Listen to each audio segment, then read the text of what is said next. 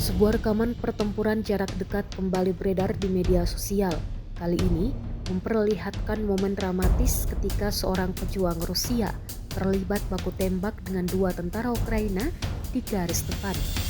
Menurut keterangan yang beredar, dua tentara Ukraina diduga berusaha menyerang dari belakang untuk mengejutkan posisi pasukan Rusia. Namun, pergerakan mereka terdeteksi lebih dulu berkat dukungan pengintaian drone yang memberikan informasi secara langsung ke lapangan.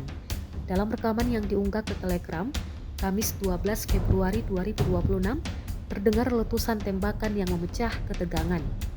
Tembakan pertama dilaporkan mengenai salah satu tentara Ukraina, sementara tembakan kedua mengenai rompi anti peluru prajurit lainnya.